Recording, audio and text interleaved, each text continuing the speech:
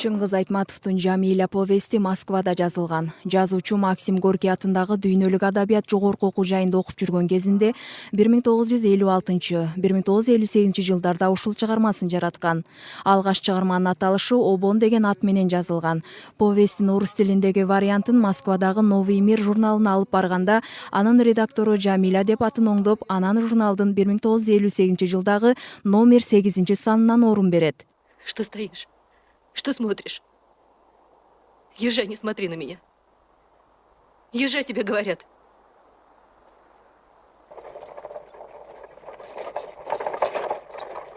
Чыгарманын аты Даниярдын Жамиляга август түнүндө ырдап берген ырынан улам ушундай аталган.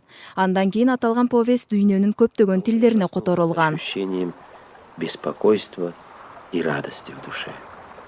Из головы не выходило то, что я видел ночью. Я ходил точно во сне.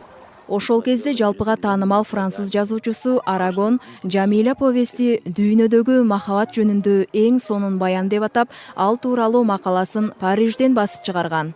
Бирок Жамиля жазуучуну жер караткан чыгарма деп сынга алынган. Кийин Айтматов атактуу болгондо Жамиля повести жарык көргөндө аттуу баштуу өзүбүздүн эле жазуучубуз аны абдан катуу сынга алган деп эскерет.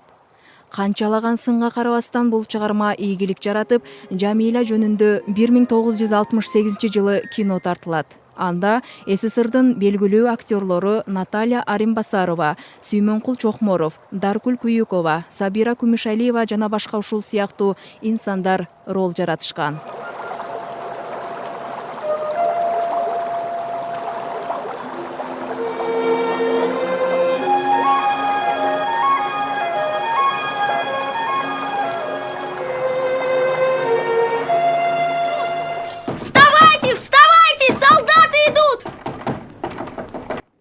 Саманчынын жолу. Чыгарманын түп нускасы сыяктуу эле фильмдин негизги окуялары катары Улуу Ата мекендик согуштун каардуу жылдары сүрөттөлөт. Согуштагы жоготуулар, кан какшаткан күйүт, ачарчылык, ошондой эле тынымсыз эмгектенүү, зарыга күттүргөн үмүт толгон аяненин эскерүүсүнөн баяндалат.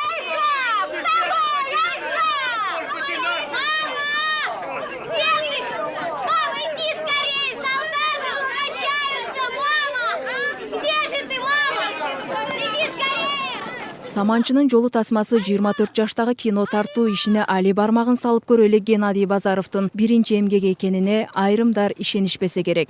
Чындыгында бул кинону тартуу жаңыдан аяктап жаткан студенттин дипломдук ишине берилген тапшырма эле. Ошол кезде эле бүткүл Советтер Союзуна аты чыгып калган жазуучунун чыгармасына кино тартууну Чыңгыз Айтматов өзү сунуштаган. Ушунчалык жоопкерчиликтүү бул ишти баштоо жаш режиссер үчүн чоң сыймык болгону менен ошол эле учурда өтө катуу коркунуч жараткан. Что тут случилось? Скажите, что вы здесь стоите? Что случилось? Долганай, крепись, родная. Убили Касыма и Суванку. Мой сын Суванку! Мой муж! Мой Касыма! Как дальше без них жить? Как жить? Я не хочу жить! Я не хочу жить! Нет! Успокойся!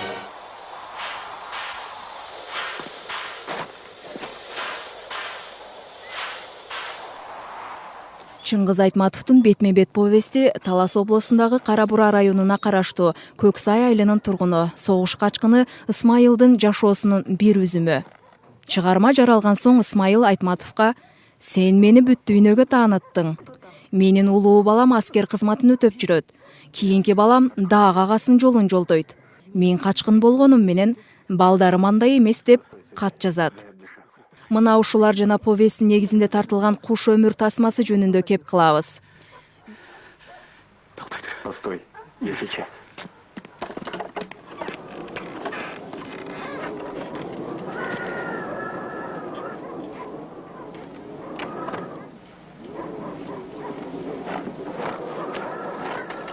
Мекенибизде баардыгы жеңиш үчүн деген ураан өкүм сүргөн 1941-45 жылдар аралыгы. Мылтык кармаганга жарамдуу жигиттердин баары согушка кетип, айылда кемпир-чал, кыз келиндер калышкан.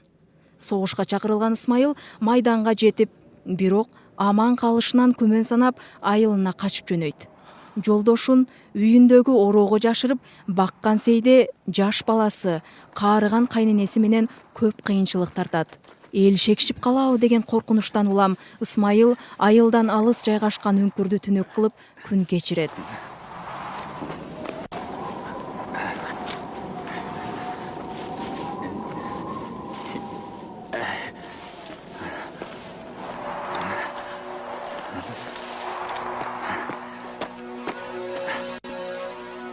Бетме-бет чыгармасы 1990 жылы тартылып, тасма иштери бүткөн соң чыгармачыл топ чыныгы жашоодогу Исмайылдын үйүнө конокко барып, кызыктуу маек куруп кайтышкан.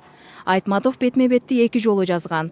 Биринчисинде Исмайыл патриоттук сезимге жарды, качкын катары каралса, экинчисинде сүйүүсүн, үй бүлөсүн ойлогон, чет жерде өлгүсү келбеген адам катары жазылган. Да и до сна ли мне? Сын плакал. Кудайдын кылган ушул экен да. Все убиваешься, писем нет. Исмайылдын баласын кичинекей кезин Ташкенттик Наристе, чоңойгондогусуну таластык бала ойногон. Сейденин ролун аткарган Шайыр Касымалиева 21 жашта эле. Шайырдын кийип жүргөн керзо өтүгү чоң болгондуктан ичине 5-6 каттап чулгоо ороп кийген экен.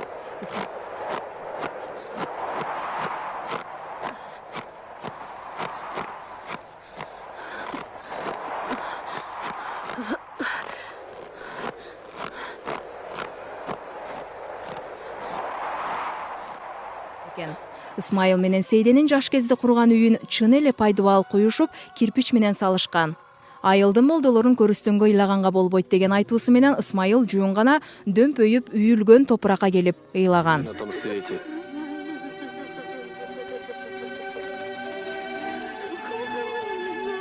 Прокляни войну.